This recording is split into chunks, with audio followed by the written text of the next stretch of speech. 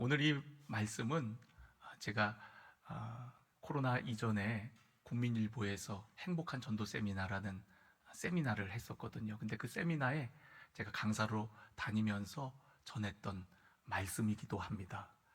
우리 성도님들과는 이 말씀을 나누질 못했는데 이제 다른 많은 곳에서는 이 말씀을 가지고서 또 우리가 전도가 얼마나 중요한지, 영혼 구원이 얼마나 귀중한 일인지 전했었는데 오늘 여러분들과 이 말씀을 함께 나누려 합니다. 향기가 얼마나 중요한지 몰라요. 우리가 어느 곳에 갔을 때 좋은 향기를 맡으면 기분이 좋아집니다. 그러나 반대로 나쁜 향기를 맡으면 이거 어디서 나는 냄새지? 이거 무슨 냄새야? 그리고서는 그 자리를 피하고 싶게 되어집니다. 좋은 향기는 사람들을 불러 모아요. 마치 꽃향기가 벌과 나비를 모여들게 하듯이 좋은 향기는 좋은 사람들이 모이도록 합니다. 요즘에 관공서나 학교, 병원 같은 딱딱한 그런 공간에 커피나 혹은 빵 굽는 냄새를 통해서 그 딱딱한 공간을 굉장히 편안한 공간으로, 또 쉼의 공간으로 만드는 걸 볼 수가 있어요. 예전에는 병원에 들어갈 때 소독약 냄새를 맡으면서 들어가니까 나도 모르게 이렇게 긴장이 되거든요. 그런데 요즘에 좀 규모가 있는 그런 병원에 가면은 1층에 커피를 내리고 또 빵을 굽는 그런 냄새 때문에 여기가 병원인지 카페인지 알지 못할 정도로 그렇게 편안함을 주곤 합니다. 우리 교회도 마찬가지죠. 요즘에 우리 커피 선교회 우리 봉사하시는 분들이 이른 아침부터 오셔갖고 커피를 내리세요. 그래서 아침에 저도 교회에 오면은 그 커피 향기를 맡으면서 교회에 들어오게 됩니다. 그럼 얼마나 기분이 좋은지 몰라요. 없던 에너지도 다시금 불끈불끈 솟고 사람들과 기쁘게 친절하게 인사하게 됩니다. 왜냐하면 그 향이 주는 힘이 있기 때문에 그래요. 좋은 향기를 맡으면은 우리 기분이 업이 되거든요. 우리 아로마 테라피 같은 그런 좋은 향을 통해서 우리 그런 어떤 정신적으로 그런 힐링을 하는 것도 있잖아요. 그러니까 향기가 이렇게 중요해요. 근데 여러분, 하나님도 향기를 중요하게 여기세요. 얼마나 하나님도 향기를 중요하게 여기나 모릅니다. 하나님께서 사람들이 드리는 이 제사, 예배의 향기를 맡으신다는 걸 여러분 아십니까? 우리가 레위기를 보고 출애굽기를 보면 이스라엘 백성들이 하나님 앞에 드리는 그 제사, 번제와 화목제, 여러 제사들, 그걸 드릴 때 하나님께서는 그 제사를 흠양하셨다라고 표현이 됩니다. 그러니까 하나님께서 향기를 맡으셨다는 거예요. 뿐만 아니라 그러한 제사는 여호와께 향기로운 냄새다라고 말씀하고 있습니다.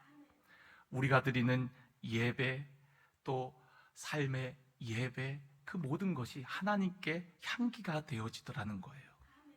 여러분, 주님께서 맡으시기에 좋은 향기를 여러분 올려드리고 계신가요? 이 시간 이 예배를 통해서 하나님을 기쁘시게 하는 예배의 향기를 여러분 올려드리고 계신가요?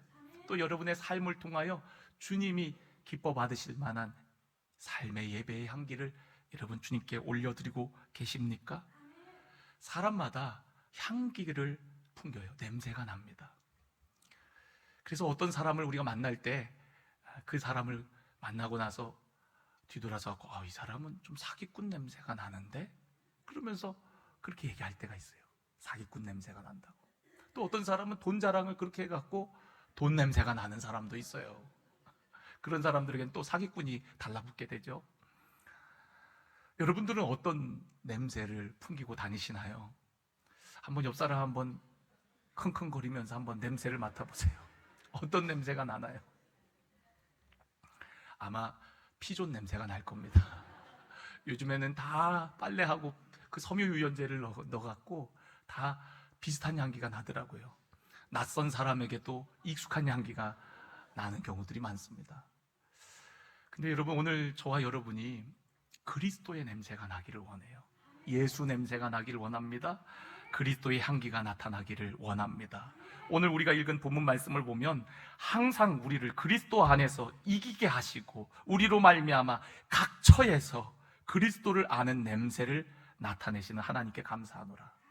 여러분을 통해서 여러분의 가정과 여러분의 직장과 여러분의 삶의 터전에 그리스도를 알게 하는 냄새가 풍겨나기를 간절히 원합니다.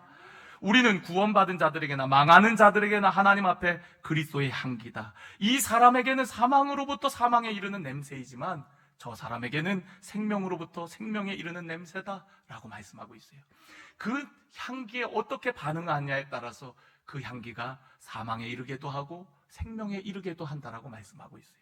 그리스도의 향기는 생명에 이르게 하는 냄새이지만 그걸 거부하는 자는 하나님의 심판을 피할 수 없는 것이죠. 그래서 그 향기가 사망에 이르는 냄새라고 이야기를 합니다.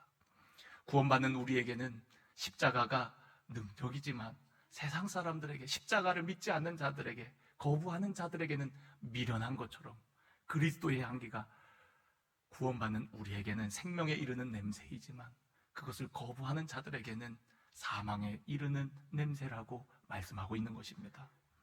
저는 오늘 우리 모두가 그리스도를 알게 하는 냄새를 풍기고 그리스도의 향기가 되어서 많은 사람들을 생명으로 이끄는 우리 모두의 삶이 되어지기를 주의 이름으로 간절히 축원합니다. 그러면 어떻게 우리가 그리스도의 향기를 나타내며 많은 사람들을 생명으로 이끌 수 있을까요? 저는 오늘 여러분들에게 세 가지로 권면드리려고 합니다. 첫 번째는 사랑으로 행할 때 그리스도의 향기를 나타내게 되어집니다. 우리가 어떻게 그리스도의 사람인지 압니까? 교회에 다니는 모습을 통해요? 성경책 가지고 다니는 모습을 통해서 우리가 그리스도인인 것을 알게 됩니까? 그렇지 않습니다. 보여지는 모습으로 물론 교회에 다니는 사람인 것을 알 수는 있을지 몰라도 진정 우리가 예수님의 사람인 것을, 진정 우리가 그리스도인인 것을 알게 되어지는 것은 바로 우리가 사랑할 때 비로소 우리를 통해 그리스도의 향기가 나타나게 되어집니다.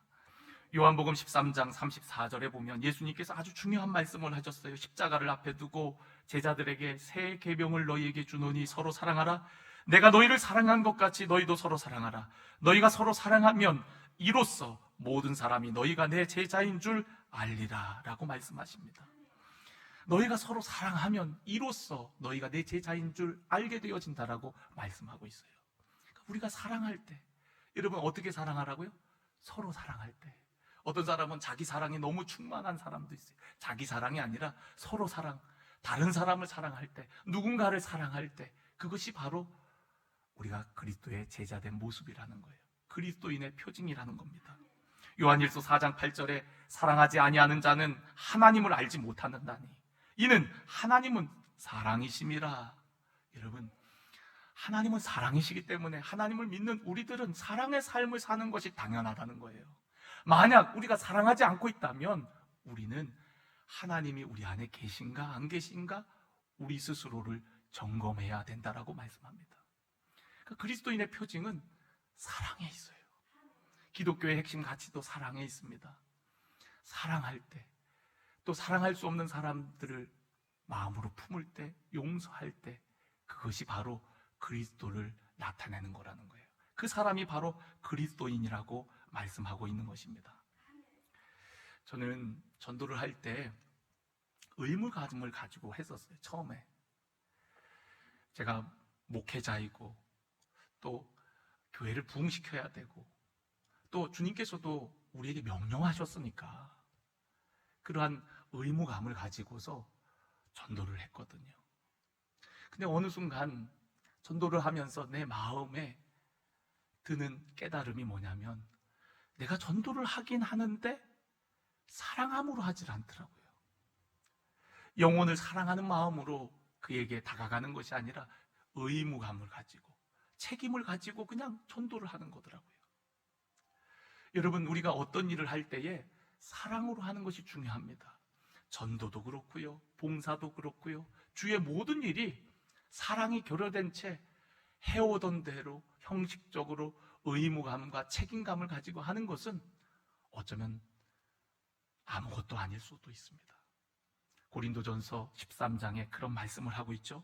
내가 사람의 방언과 천사의 말을 할지라도 사랑이 없으면 소리나는 구리와 울리는 꽹과리가 되고 내가 예언하는 능력이 있어 모든 비밀과 모든 지식을 알고 또 산을 옮길 만한 모든 믿음이 있을지라도 사랑이 없으면 내가 아무것도 아니요 라고 말씀하고 있습니다. 그 사랑이 없는 천사의 말, 사랑이 없는 방언, 예언, 그거는 울리는 꽹과리와 같고 아무것도 아니라고 말씀하고 있는 겁니다. 그러니까 여러분, 우리가 아무리 좋은 복음을 전한다 할지라도 그 복음 전함에 사랑이 있어야 된다는 거예요. 사랑으로 해야 된다는 거예요. 사랑으로 다가갈 때 그곳에 그리스도의 향기가 나타난다는 겁니다. 교회에서 전도축제 있으니까 우리 전도합시다 해서 하는 전도가 아니라 여러분, 사랑으로 하는 전도가 되어지기를 주의 이름으로 간절히 축원합니다. 두 번째 권면하고 싶은 것은, 여러분, 우리가 낮아지고 섬길 때 낮아짐과 섬김을 통해 그리스도의 향기가 나타나게 되어집니다. 우리가 전도를 열심히 하는데도 불구하고 열매 맺지 못하는 이유가 무엇입니까?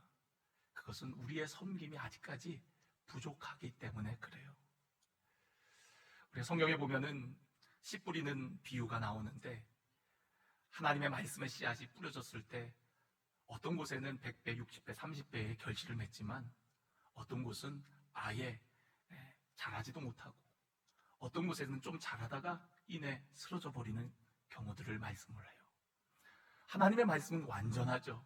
그런데 그 말씀이 떨어지는 곳이 달랐어요. 그래서 열매가 달랐습니다. 옥토와 같은 심령밭에 떨어지면 열매를 맺지만, 그렇지 않은 심령에 떨어지면 제대로 열매 맺을 수가 없는 것이죠. 4가지 밭의 비유 중에 3가지가 열매를 맺지 못했어요. 그러니까 대부분의 사람들의 마음밭은 하나님의 말씀을 받아들일 마음의 준비가 되어 있지 않다는 것을 의미합니다. 저 역시도 전도를 하면서 전도가 잘 열매 맺지를 못해요. 그래서 왜 그런가 하나님 앞에 기도하면서, 저는 전도에 자신이 있었거든요. 제가 나가서 전도하면 이렇게 괜찮은 사람이 예수 믿으라 그러는데 다 믿고 싶을 거 아니에요. 안 그래요, 여러분? 저렇게 괜찮은 사람이 예수 믿으라 그랬는데 나도 저 사람 다니는 교회가 어딘지 그 교회 한번 가봐야 되겠다 그러면서 그 교회로 올 것만 같은 거예요. 착각도 자유죠. 저는 그런 자부심을 가지고 자신감을 가지고 전도를 했는데, 정작 제가 드린 전도지를 보고 제가 전한 복음을 듣고 교회에 나오는 사람이 없는 거예요. 너무 마음이 힘들었어요. 그런데 이 말씀이 깨달아진 거예요. 씨 뿌리는 비유. 사람들의 마음밭이 다르구나. 대부분의 사람들의 마음밭은 그 말씀의 씨앗이 들어갈 수 없는 환경 가운데 있구나. 그렇다면 여러분, 어떻게 해야 되겠습니까? 그 마음밭을 갈아엎어야 되지 않습니까? 우리가 봄 되면 파종을 하기 위해서는 밭을 갈아요. 겨울 내내 딱딱해진 그 땅을 갈아엎습니다. 그리고서 씨를 심는 거예요. 사람도 마찬가지입니다. 사람의 마음밭도 한번 갈아엎어야 돼요. 근데 그 갈아엎는 게 어떻게 하면 됩니까? 트랙터로 합니까? 삽으로 합니까? 꽃갱이로 합니까? 바로 그런 도구가 있는데, 그게 바로 뭐냐면 바로 섬김이에요. 섬김. 여러분, 예수님께서 우리를 구원하시기 위해서 이 땅에 오셔서 보여주셨던 사역의 모습은 어떤 모습이었나요? 낮아짐과 섬김이었어요. 인자가 온 것은 섬김을 받으려 함이 아니라 도리어 섬기려 하고 많은 사람을 위해서 자신의 목숨을 대속물로 주기 위함이라 그랬어요. 그 예수님이 보여주셨던 사역 스타일은 낮아짐과 섬김이었습니다. 온 세상에 예수의 생명으로 가득하게 하기 위해서, 온 세상 사람들이 구원받게 하기 위해서 예수님께서 취하셨던 자세가 바로 낮아짐과 섬김이었다는 거예요. 빌립보서 2장에 너희는 이 마음을 품으라, 곧 그리스도 예수의 마음이라 그랬어요. 여러분, 그 마음이 어떤 마음입니까? 예수님께서는 하나님과 똑같은 분이시지만 하나님과 동등됨을 취할 것으로 여기지 아니하시고 오히려 자기를 비워 우리와 같이 되셨을 뿐만 아니라 종의 형체로 나타나셔서 우리를 위하여 죽기까지 섬기셨다라는 거예요. 그 예수님의 삶 그 자체가 낮아짐과 죽으심이었다는 거예요. 예수님께서 왜 공생애를 3년씩이나 사셨습니까? 그냥 몇 달만 공생애 삶 살다가 십자가 지시면 될 텐데 왜 그렇게 3년 동안 제자들과 함께 다니셨습니까? 그들에게 예수님의 낮아짐과 섬김을 깨닫도록 하기 위해서, 그들로 하여금 본받도록 하기 위해서, 그로 하여금 그들도 예수님의 사랑으로 세상을 구원하는 거룩한 통로가 되게 하기 위해서 예수님은 3년이라는 공생애 동안 제자들과 함께 하셨던 것을 우리는 볼 수가 있어요. 여러분, 누군가를 섬겨보세요. 제가 늘 전도에 대해서 말씀을 할 때 전도는 만만치 않지만 그러나 섬김은 쉽다라고 말씀드려요. 섬김은 누구나 할 수 있다고 말씀드려요. 처음에 전도는 입이 잘 떨어지지도 않습니다. 그리고 부담감도 있고 두려운 마음도 있어요. 그런데 여러분, 누군가를 사랑하는 마음으로 다가가서 섬겨보시게요.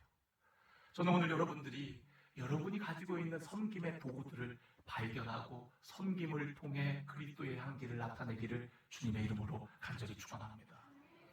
저는요, 하나님께서 커피라는 도구를 주셨어요. 커피를 원래 좋아하진 않았으나 커피를 이렇게 다루게 되면서 이제 커피를 내리는 사람이 된 거죠. 또 더 나아가서 또 커피를 가르치는 그런 강사가 되게 하셨어요. 그래서 사람들에게 커피를 내려주면서 그렇게 섬기면서 전도하게 된 거죠. 처음에는 그냥 교회에서 카페를 하게 돼서 그냥 커피를 배웠어요. 그런데 어떤 사람들이 와갖고, 목사님, 이 커피 나도 배우고 싶은데 좀 가르쳐주면 안 돼요?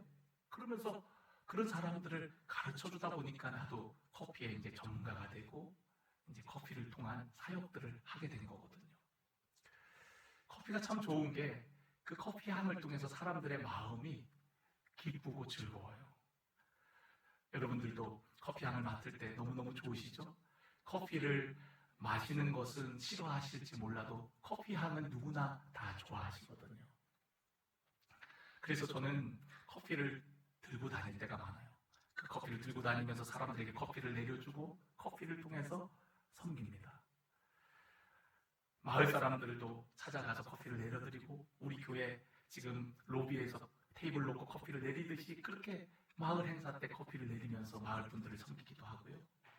또 어르신들을 찾아가서 따뜻한 커피 한 잔을 통해서 위로해드리고, 그리고 이야기를 들으면서 섬겨드려요. 처음에는 목사라고 하니까 다 불편해해요. 그런데 커피 한 잔을 마시면서 이야기를 나누고 나면은 그때부터는 마음 문이 열려갖고 교회에 대해서 물어보기도 하더라고요. 세상 사람들이 교회에 얼마나 관심이 많은지 여러분 아세요? 저번 때 교회에 사람들이 많이 모여있던데 무슨 행사가 있었나요? 물어봐요.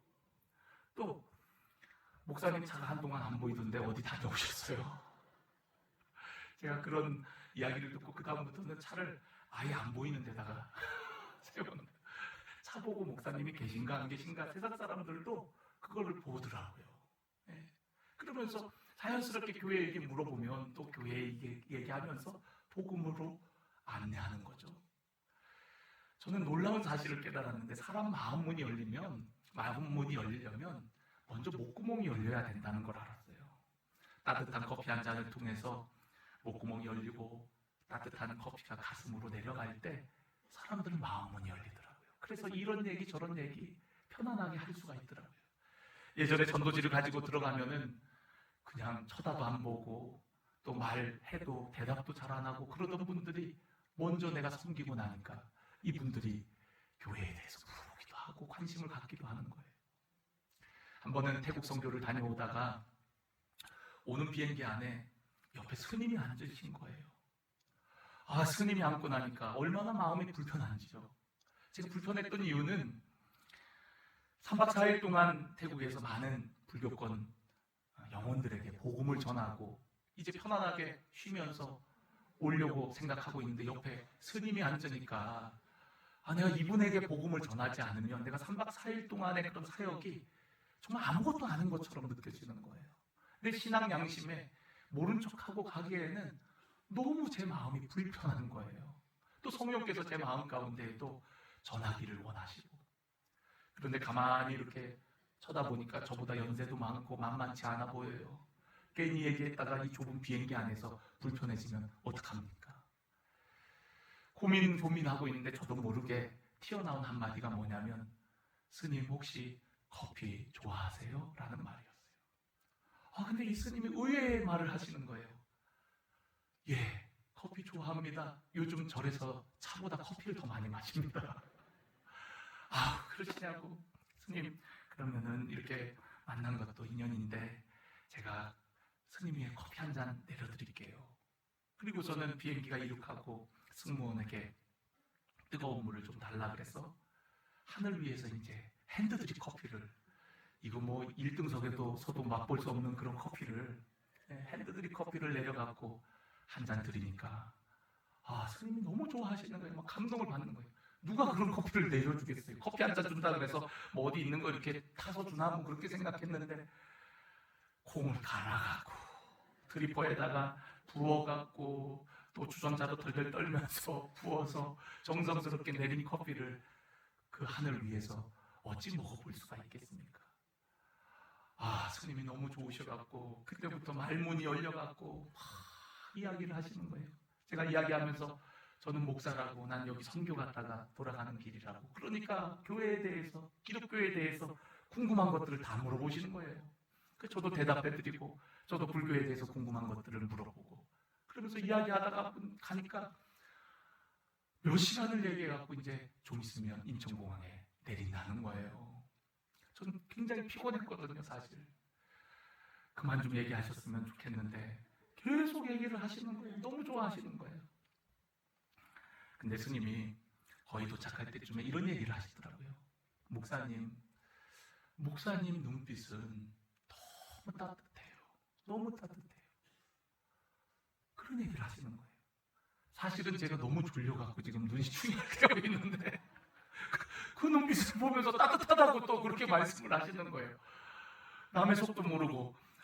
그러면서 이분이 덧붙여서 하시는 얘기가, 자기 가족 중에 교회 다니는 사람들이 있는데 그분들은 내가 명절 때 이럴 때 나타나기만 하면 벌레 쳐다보듯이 자기를 본다는 거예요. 그래서 그런 눈빛이 너무 싫어갖고 아예 이제는 그런 가족 모임에 안 간지 꽤 됐다는 얘기를 하는 거예요.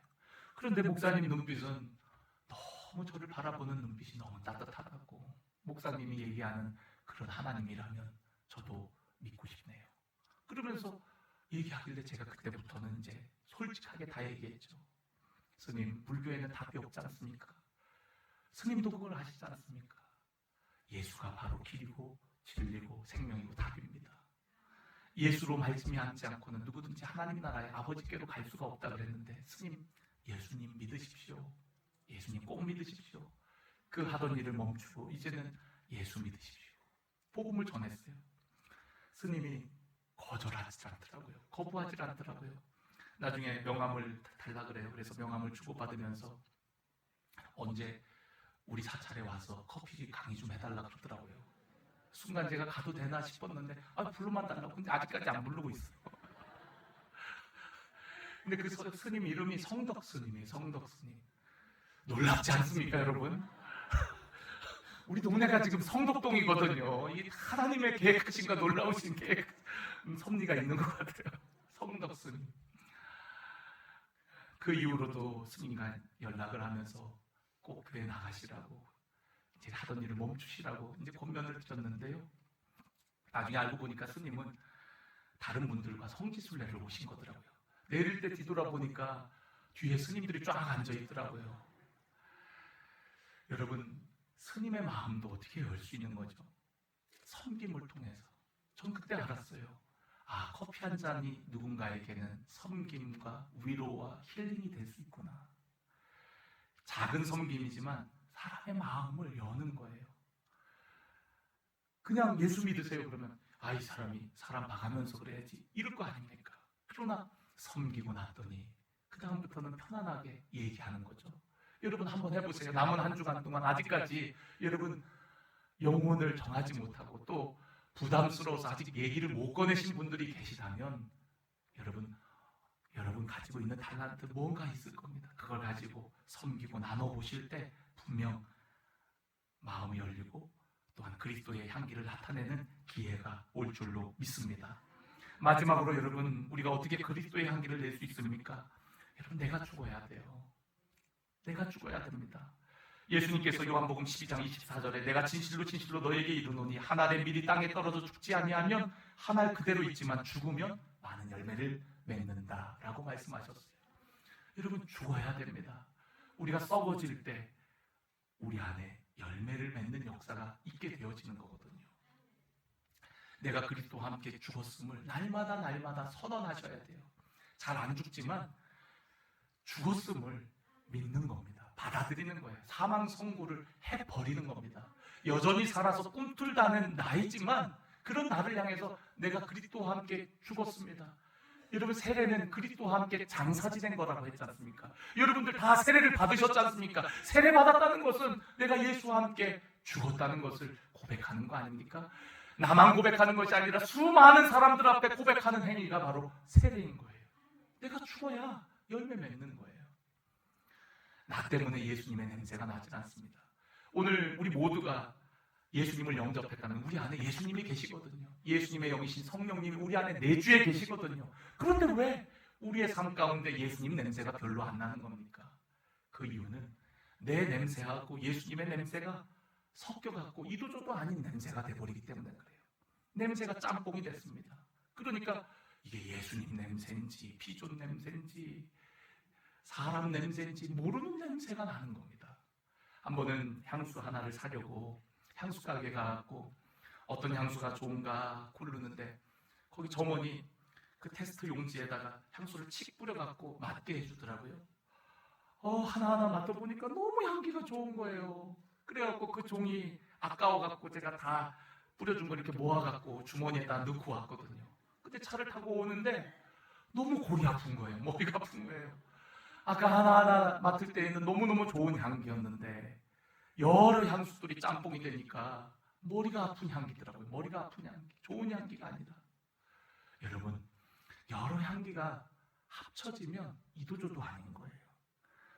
내가 그리스도와 함께 죽었음을 선언하고 오직 내 안에 그리스도가 사는 것이라고, 믿음 안에 사는 것이라고 날마다 날마다 선언하고 고백하고 그렇게 살아가려고 몸부림을 쳐야 되는 줄로 믿습니다.